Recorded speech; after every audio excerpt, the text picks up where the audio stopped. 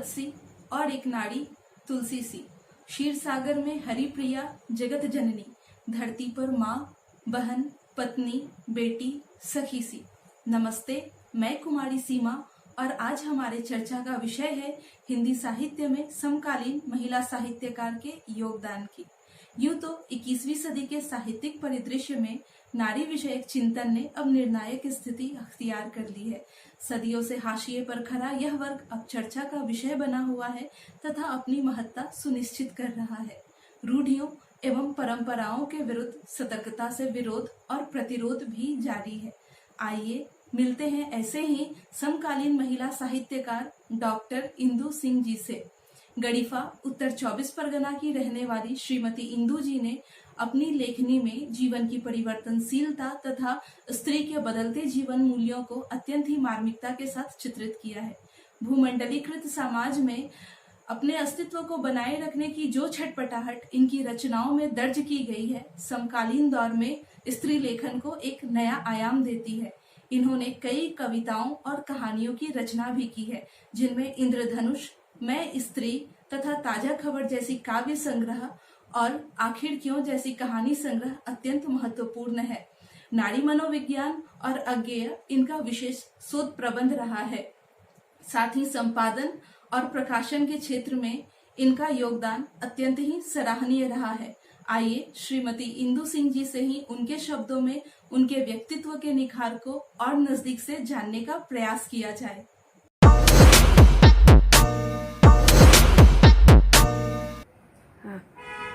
नमस्कार, मैं इंदु सिंह गरीफा उत्तर 24 परगना से बोल रही हूँ। शाम का समय है, खूबसूरत बारिश हो रही है, सुहाना मौसम है। ऐसे मौसम में मेरा इंटरव्यू हो रहा है। वैसे तो मेरी काव्य यात्रा प्रारंभ की थी 1902 में और लिखने का शौक मुझे बचपन से था, लेकिन मेरी पहली काव्य संग्रह इंद्रधनुष 1902 में प्रकाशित हुई। इसके बाद मैं स्त्री, ताजा खबर, कब ठहरोगे, ऐसा ही होता है, कब सोचोगे, ये मेरी 6 काव्य संग्रह प्रकाशित अब तक हुए हैं। आखिर क्यों कहानी संग्रह, यही सबकी गति। कहानी संग्रह, आलोचना कृति, नारी मनोविज्ञान और अज्ञेय, ये आलोचना कृति है। इसके अतिरिक्त शीघ्र प्रकाश में है आखिर कब तक कहानी संग्रह है और नारी की दशा और दिशा। कथा साहित्य में नारी की दशा और दिशा पर एक आलोचनात्मक ग्रंथ मैंने लिखा है, वह भी शीघ्र प्रकाश में है। इसके अतिरिक्त रचनाओं पर अगर विषय पर बात करूं तो मैंने मैं शैली में लिखी है और अपनी अनुभूतियां, दूसरों की अनुभूतियां, सबकी अनुभूतियों को एकाकार कर लिया है और एकाकार करके मैंने मैं शैली में ढालकर कहानी, काव्य तो मैं शैली में लिखा ही जाता है, कहानी प्रस्तुत की है। अज्ञेय के कथा साहित्य में नारी मनोविज्ञान जो मैंने शोध ग्रंथ प्रस्तुत किया था, वह शोध ग्रंथ को मैंने सभी को मेरा नमस्कार। जैसा कि मेरी सहयोगी सीमा ने आप सभी को बताया कि हिंदी साहित्य में महिला साहित्यकारों ने अपना वर्चस्व स्थापित कर लिया है, इसका एक उदाहरण स्वयं इंदु जी हैं, जिनके विषय में हम सभी ने अभी सुना। इसी श्रृंखला को आगे बढ़ाते हुए अब मैं आपका परिचय आधुनिक हिंदी साहित्यकार श्रीमती माला वर्मा जी से कराना चाहूंगी। ये एक अत्यंत जीवंत एवं प्रभावशाली व्यक्तित्व वाली महिला हैं। इनका जन्म वर्ष 1956 में बिहार में हुआ, परंतु वर्तमान में ये पश्चिम बंगाल राज्य के उत्तर 24 परगना जिले के हाजीनगर प्रांत में रहती हैं। विज्ञान से स्नातक करने के पश्चात भी इनकी रुचि साहित्य में बनी रही। इनकी रचनाओं ने हिंदी साहित्य संपदा को और भी समृद्ध बनाया। इन्होंने कई कविताएं, कहानियां एवं यात्रा वृत्तांत लिखे, जिनमें लघु कथा संग्रह थोड़ी सी हंसी, काव्य संग्रह अम्मा पापा, यात्रा वृत्तांत मलेशिया, सिंगापुर, थाईलैंड आदि शामिल हैं। इनके लेखन प्रतिभा के लिए इन्हें साहित्य सम्मान, साहित्य शिरोमणि सम्मान एवं कवि कोकिल सम्मान जैसे कई सम्मानों से सम्मानित किया गया। इन उपलब्धियों के बावजूद भी इनके व्यक्तित्व की विनम्रता एवं शालीनता ज्यों की त्यों बनी रही। आइए अब हम माला जी के साहित्यिक जीवन की कहानी सुनते हैं उन्हीं की जुबानी। मैं माला वर्मा आप सब सुनने वालों को नमस्कार करती हूँ। बंगाल के उत्तर 24 परगना जिले में स्थित हाजीनगर में रहती हूँ। हुकुमचंद जूट मिल के कैंपस में कई दशक से हूँ। यहाँ मेरे पति दुर्गा दत्त वर्मा मेडिकल ऑफिसर हैं। लिखने पढ़ने का शौक़ बचपन से था और लेखन की शुरुआत पत्र पत्रिकाओं में प्रतिक्रिया भेजने और फिर कविता से हुई। शादी के बाद बिहार से उठकर बंगाल में आई, वो बंगाल जो खुद में साहित्य का गढ़ माना जाता है। मेरी साहित्यिक रुचि को जैसे पंख मिल गए। एक बार रुकी हुई कलम थामी तो फिर लिखती गई।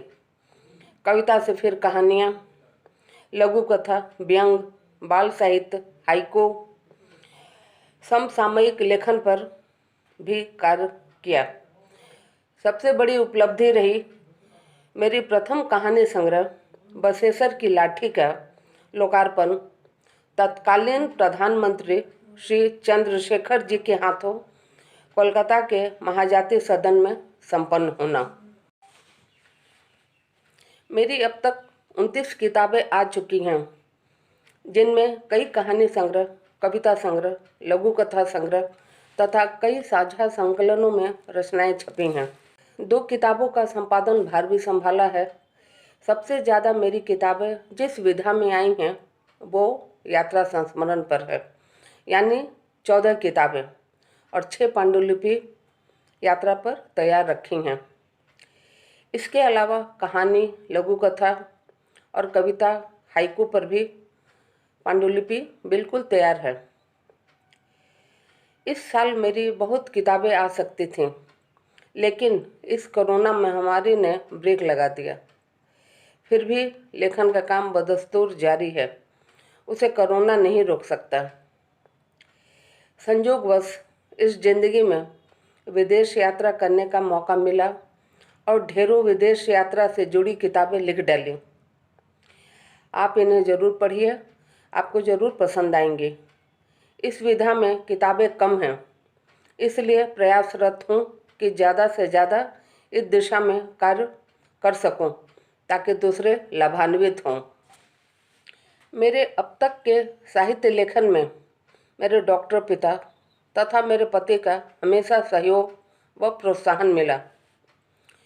मेरी किताबें वैसे तो कई जगह से छपी हैं, लेकिन अधिकांश किताबें ब्रजभूषण गुप्ता जी ने अपने भूषण प्रकाशन से निकाली हैं, जो यहीं करीब ही रहते हैं।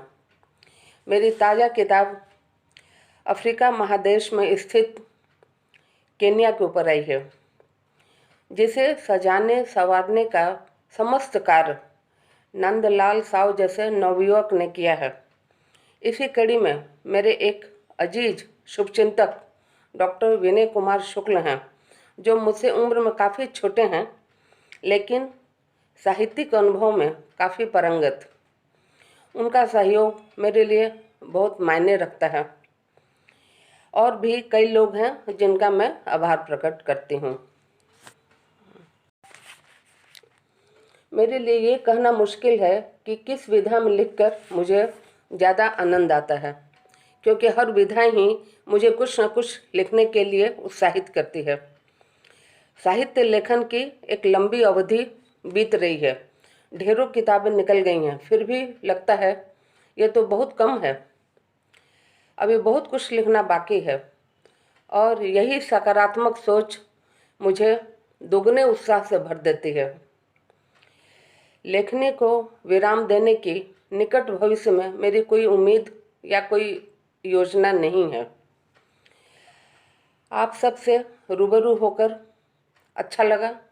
कहना तो बहुत कुछ था, लेकिन अब इसे यहीं विराम देती हूँ। फिर मुलाकात होगी, तब तक के लिए धन्यवाद, नमस्कार, प्रणाम।